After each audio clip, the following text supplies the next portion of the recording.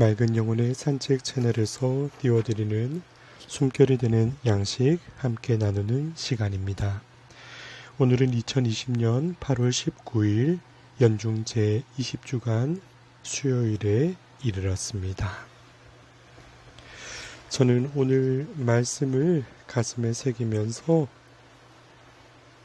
이런 질문들을 되뇌어 보았습니다.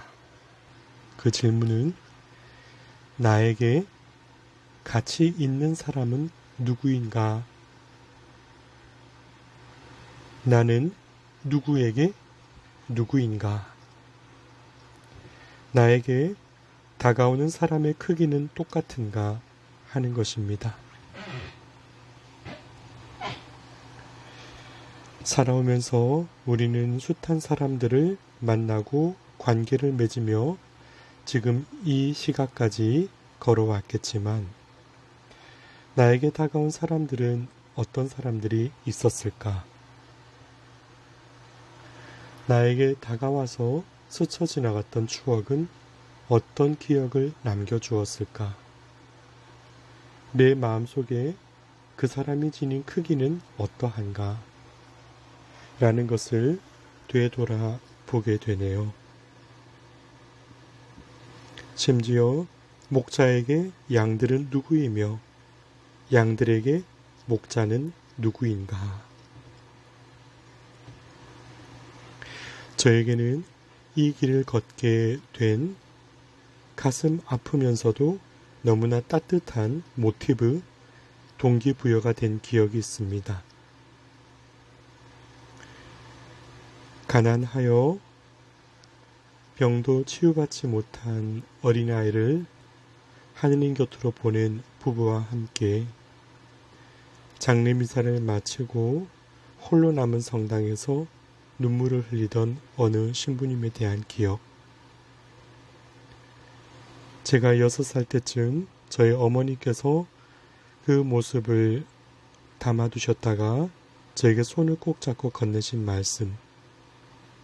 마음이 무너지고 아픈 상처 입은 이들의 마음을 나의 가슴으로 아파하고 울어주는 사람이 사제가 되는 거란다. 가슴 아프게 자신의 상처를 끌어안고 사는 사람들에게 인간은 누구나 마음의 병을 지니고 있다 했었죠. 만나본 사람 중에 98%는 내면의 병이 있었고 아직 나머지 2%는 만나보지 못했다라는 말도 있어요. 내가 시리고 눈물이 날 때 나에게 다가오는 사람의 모습은 얼마나 커다란 위로가 되나요? 그처럼 나도 누군가에게 그런 사람이 되어주었을까? 제가 걸어왔던 오래전 삶의 기억들을 끄집어내보면 나의 벗, 나의 친구는 누구였던가 하는 기억에 제가 머무르게 되었죠. 유별나지 않았던 저의 걸음. 자랑할 만한 부유함이 있었던 것도 아니고 명예로운 어떤 것을 바란 적이 없어서 그저 어린 시절에도 조용하고 그러면서도 따뜻한 친구들과 함께 걸었던 시간들이 아련하고도 아름다운 추억으로 남아있는 저이네요. 곁을 채웠던 사람들 생각해보면 저는 초등학교 6학년 때쯤 교실에서 항상 작은 모습처럼 살아가는 어느 친구가 늘 가슴속에 남아있습니다. 저는 모두에게 그냥 친구이고 싶어서 다가오는 아이들에게 친하려 했었던 거라 생각했었는데 어느 날 참 내성적인 친구가 저에게 와서 이런 말을 건넸거든요. 네 곁에 점점 잘 살고 공부 잘하고 똑똑한 친구들이 그리고 뭔가 있어 보이는 애들이 너의 곁에 많이 찾아오는 것 같아. 너는 한결같으려고 노력하는 마음 아는데 나처럼 항상 말도 잘 못하고 외로웠던 나에게도 네가 이전과 똑같이 말을 건네는 횟수가 달라지지 않았으면 좋겠어. 이런 말이었어요. 모두에게 공평해야 된다 생각하고 하나하나 건넸던 말들이 어쩌면 그 아이가 아프고 힘들었을 때 더 살갑게 다가가서 마음을 기울여 주던 저의 그런 관심과 시간을 부족하게 만든 건 아니었나. 어쩌면 그것이 바른 것일 수도 있지만 그 아이가 남겨주었던 말마디의 충격은 저에게 꽤나 컸었죠. 다시금 저의 곁에 머물렀던 친구들을 가슴 깊이 되뇌어 보면서 나중에 더욱 깊은 우정으로 나아갈 수 있었던 그때를 생각하면 그 아이의 조심스러우면서도 참으로 소중했던 고백이 제게는 얼마나 큰 선물이었는가를 다시금 돌아보게 되었었죠. 중학교 때에 다가섰던 말을 잘 못하고 늘 초라한 모습으로 늘 똑같은 반찬을 싸우던 친구. 늘 그의 곁에 앉으면서 다른 아이들로부터 오히려 외로워졌지만 시간이 지나자 이제 더 곁에 하나씩 두씩 모여들던 그 기억들. 고등학교 때 자신이 가정에서 겪은 상처로 인해서 마음의 우울함으로 병을 얻어 늘 아이들에게 놀림을 받고 구석에서 얻어맞던 아이. 그 아이의 두려운 눈빛과 그리고 상처 가득해서 홀로 터벅터벅 걸어 내려가던 계단에서의 뒷모습을 보고 얼마나 가슴이 시려서 눈물이 흘렀던지. 대학교 때 야학에서 함께 가슴 찡했던 이들과의 추억들.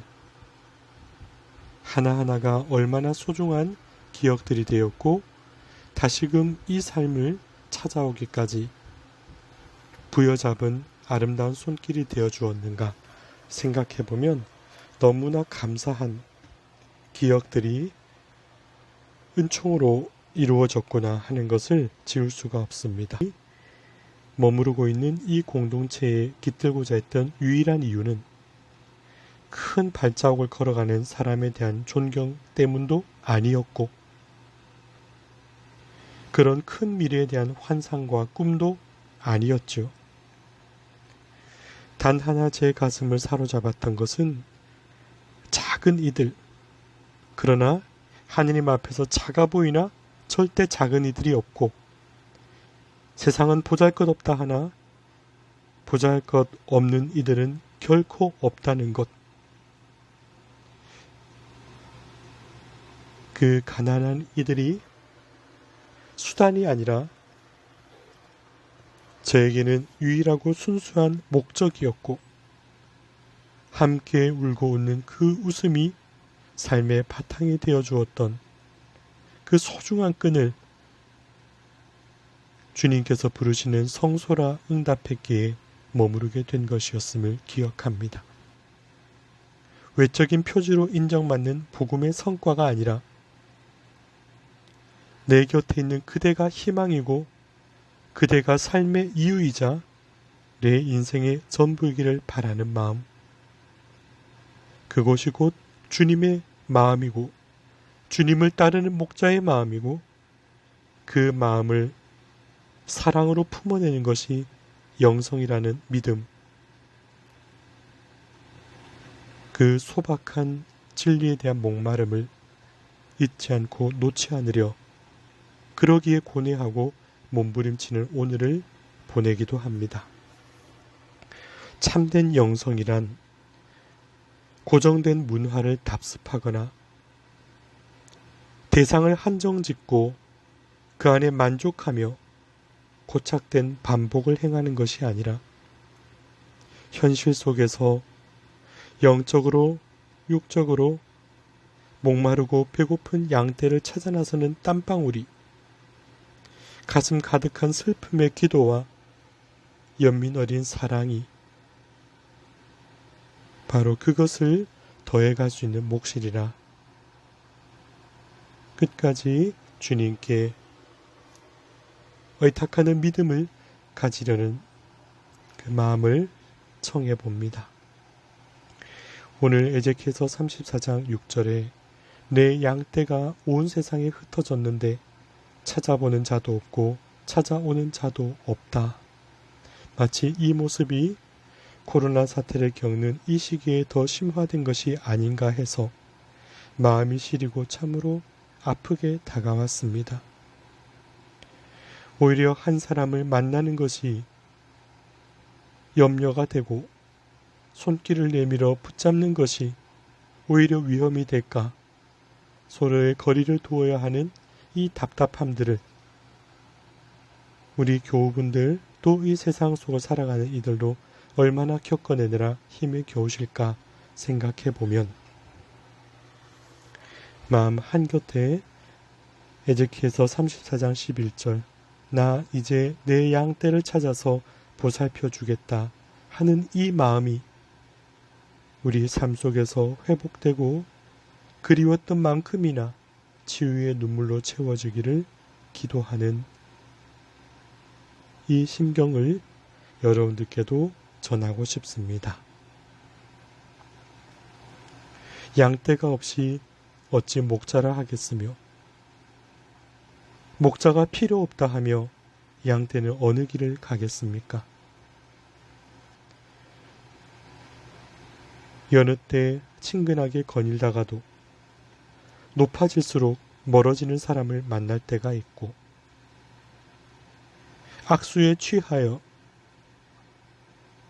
곁에 있는 한 사람에게 눈길을 두지 않는 권위자를 만날 때도 있고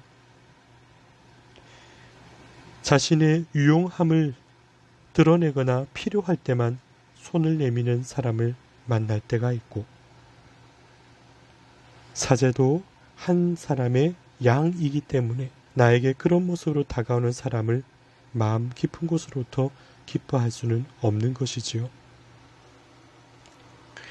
우리 한 사람 한 사람 이 모든 관계는 하느님께로부터 받은 몫이며 인연이라는 것을 가슴에 새길 때 우리는 주님 앞에 누구도 높아질 수 없는 겸허함을 지닐 수 있지 않을까요? 저는 언제가 제일 그립냐고 물으신다면 늘 이런 표현을 즐겨 되나 봅니다. 바로 처음이라는 때요. 모든 것의 시작이 되는 처음은 얼마나 설레고 또 깊은 감동과 아름다움이 번져나던 때든가 싶어요. 가족이라는 이름이 신선한 충격으로 다가왔던 때 우리 아무나 보고 가족이라 하지 않잖아요. 한 울타리, 한 마음, 하나의 눈물을 공유할 때 가족이라 부르는 거죠. 먼 밭이 서서 관리자 경영자의 팔짱을 낀 자세로 가족이라 할 수는 없을 거예요. 그렇게 어우러지는 하나의 들꽃처럼 바람에 함께 흔들리고 함께 아파하고 함께 기뻐하는 때묻지 않은 그 시절에 대한 그리움들, 이렇게 그 그리움을 안고서 다가선 사람들을 우리는 오늘 복음적 시각으로 새롭게 바라봤으면 좋겠습니다. 저마다의 삶의 무게를 우리 안고 살아가는 법이죠. 각자의 체험 속에서 마음의 부대낌, 삶의 지침, 버텨내온 여정, 짊어져 왔던 시간들의 짐을 안고 9시, 12시, 3시, 5시 어쩌면 인생의 각 시각에 저마다의 모습으로 저마다의 삶을 끌어안고 찾아온 이들과 나라는 존재는 만나면서 살아왔고 살아가고 있는 거죠. 그러나 그 사람이 어떠한 모습을 지녔던 부유함이든 가난함이든 명석함이든 나약함이든 상처이든 기쁨이든 그 무엇을 안고 있다 해서 여느 누구의 인생의 그 무거움을 우리가 잴 수 있을까요? 조건과 약속보다 그의 발걸음에 묻은 고단함과 아픔을, 힘겨웠던 가슴을 안아주면 그만이 아닐까요? 오늘 일꾼을 부르는 주인의 마음처럼 그가 몇 시에 왔던지 중요하지 않다는 이 말씀은 오늘 복음의 첫 대목에 아주 중요한 서두를 결론으로 표현하셨기에 충분히 이해가 되는 말씀들입니다. 오늘 이 비유는 하늘나라에 관한 것이지요. 내가 하느님 곁에 다가설 때 내가 유아 세례를 받았건 청년이 돼서 받았건 내 자식들을 다 키운 어른이 돼서 받았건 삶의 고통과 번민 속에서 하나님을 알았건 그것이 주님 나라에 깃드는데 무슨 조건이 되겠어요? 주님께서 우리에게 주시는 가장 큰 선물, 나를 지어내시고 나를 있는 그대로 사랑하시고 나의 모든 것을 동행해 주신 하느님과 함께 머무는 하느님 나라의 초대라는 것, 그것을 아낌없이 나에게 내어주시는 품삯을 정해놓으셨는데 우리가 어떤 모습으로 주님 품에 깃들어도 자비로우신 당신께서 내어주시는 그 사랑의 크기를 누가 탓할 수 있단 말일까요? 그럼 나는 이 땅에서 하늘나라를 갈망하면서 나에게 다가오는 사람에게도 그런 따사로운 자비의 몫을 내어줄 수 있는 사람이면 얼마나 좋을까요? 사실 자비라기보다는 나에게 찾아오는 이 있고 찾아와 그 영혼을 함께 기뻐하는 이가 있는 것만으로 얼마나 감사하고 복된 여정인가요? 이 모든 것을 겸허한 하느님 품 안에서 감사로운 몫으로 바라볼 때 내 삶의 크기는 얼마나 아름다운 색깔로 칠해져 충만해질 것이고 이 사람 하나하나가 서로가 수놓은 세상이 얼마나 더욱 아름다운 희망으로 가득 차게 될까요? 이것은 결코 막연한 꿈이 아닙니다. 서로를 사랑하는 것, 그것은 곧 내 심장 속에 심어준 당연한 소명이며 자연적인 부르심이기 때문이죠. 오늘 하루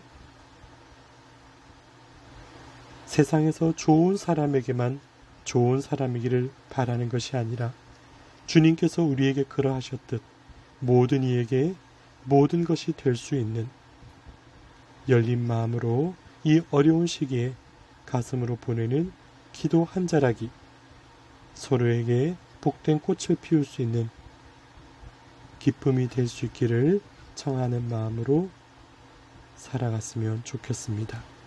비록 물리적 거리와 지상의 거리는 이 시대의 안전과 치유를 위해서 지켜져야 하더라도 우리 영적인 사랑은 이 지상의 거리를